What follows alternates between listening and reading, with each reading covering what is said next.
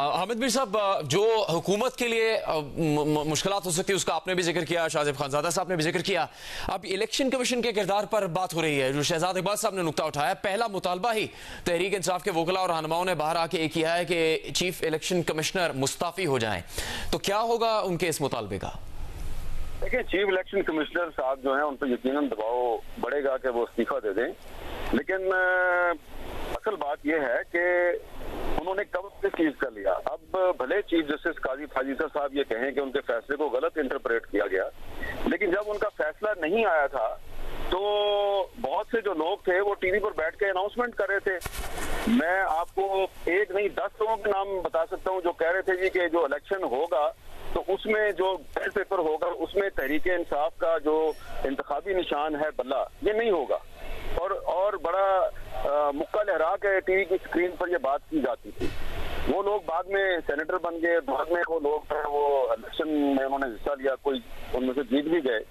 तो जो काजी फाजिसा साहब का जो डिसीजन था, ठीक है, वो अब कहते हैं कि मेरे डिसीजन को गलत इंटरप्रेट किया गया है, लेकिन उनका जो डिसीजन था उसकी अनाउंसमेंट तो ऐसे लोग कर रहे थे जिनके बारे में ये तासुर है कि वो ताकतवर लोगों के बहुत करीब है। तो इस लिहाज से देखा जाए तो काजी फाजिसा साहब को भी आप बरी जुमा करार नहीं दे सकते। जो उनका फैसला था उस फैसले में उन्होंने तहरीक इंसाफ से उनका इंतखाबी निशान छीना, तो ठीक है। चीफ इलेक्शन कमिश्नर साहब जो है वो इस वक्त सॉफ्ट टारगेट हैं, उन पर तनकीद करना आसान है, उनको ब्लेम करना आसान है, और खुद चीफ जस्टिस साहब भी जो है वो अपने फैसले की जिम्मेदारी लेने के लिए तैयार नहीं है। लेकिन आप देखें कि ये जो केस है इसकी प्रोसीडिंग के दौरान कम अज कम अतर मिनल्ला साहब जो हैं वो तो उस फैसले का जिक्र करते रहे कि उसकी वजह से ये सारा क्राइसिस क्रिएट हुआ है। तो चीफ इलेक्शन कमिश्नर जो है उनका किरदार अपनी जगह पे है, उन पर ज्यादा जो तनकीद हो रही है वो 8 फरवरी के इलेक्शन में जो धांधली है उसके हवाले से हो रही है, फॉर्म 45 और फॉर्म 47 के हवाले से हो रही है। लेकिन ये जो तहरीक इंसाफ से इसका इंतखाबी निशान छीना गया, इसकी बुनियादी जिम्मेदारी चीफ जस्टिस काजी फाजिसा साहब पर आयद होती है। वो बेशक कहते रहे, लिखते रहे अपने डिसीजन में कि जी मेरे फैसले को गलत इंटरप्रेट किया गया है, लेकिन अब हिस्ट्री में आज के दौर में जो चीजें रिकॉर्ड हो जाती हैं, जो सोशल मीडिया पर मौजूद हैं, आपके और मेरे आर्काइव्स में मौजूद हैं, उसमें 5-6 ऐसे लोग हैं जो काजी फाजिसा के फैसले की अनाउंसमेंट से बहुत पहले कह रहे थे कि तहरीक इंसाफ को इसका इलेक्शन सिंबल नहीं मिलेगा। तो सवाल ये पैदा होता है कि काजी फाजिसा साहब ने तो फैसला बहुत बाद में दिया, तो उसकी अनाउंसमेंट पहले से कैसे हो रही थी?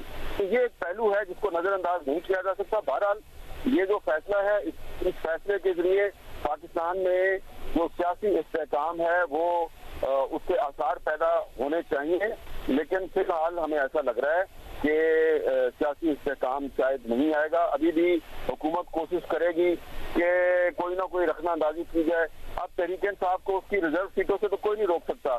अब तहरीक इंसाफ के मजीद लोग जो हैं वो कौमी और सूबाई असम्बलियों में आएंगे और उसका असर सिर्फ सेंटर में नहीं पड़ेगा, इसका असर कुछ ना कुछ पंजाब में भी पड़ेगा। और दूसरी बात यह है कि मौजूदा हुकूमत जो है वो पाकिस्तान पीपल्स पार्टी की बैसाखियों के सहारे खड़ी है, और पाकिस्तान पीपल्स पार्टी की जो क़यादत है वो बहुत से उसके तहफ़्फ़ुज़ात हैं। कुछ दिन पहले जब बिलावल साहब ने खुलकर ये कहा था कि हमारे कुछ पिछले शिकायतें हैं, बजट से पहले उन्होंने बात की थी, तो बजट पास करवाने के लिए उनके साथ वादे वहीद किए गए, बजट पास हो गया, उसके बाद से वो दोबारा जो है पिछले शिकायतें कर रहे हैं।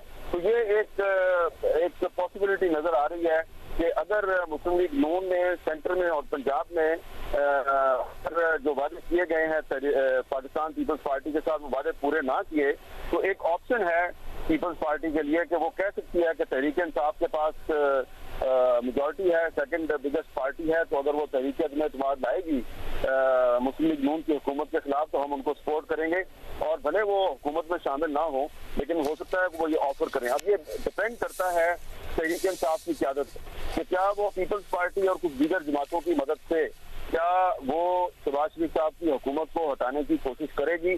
क्योंकि अगर वो ऐसा करेगी तो उस पर एक दफा फिर मेरे समेत बहुत से लोग कहेंगे कि आप तो कहते थे कि हम कभी भी पीपल्स पार्टी के साथ मुज़ाकरात नहीं करेंगे, कभी इनके साथ दोस्ती नहीं करेंगे, तो अब आप क्यों कर रहे हैं? लेकिन ये पाकिस्तान की सियासत है, इसमें पाकिस्तान की सियासत में इमरान खान और मौलाना फजलुर रहमान एक दूसरे को बहुत कुछ कहते रहे, आज वो एक दूसरे के इत्तेहादी हैं।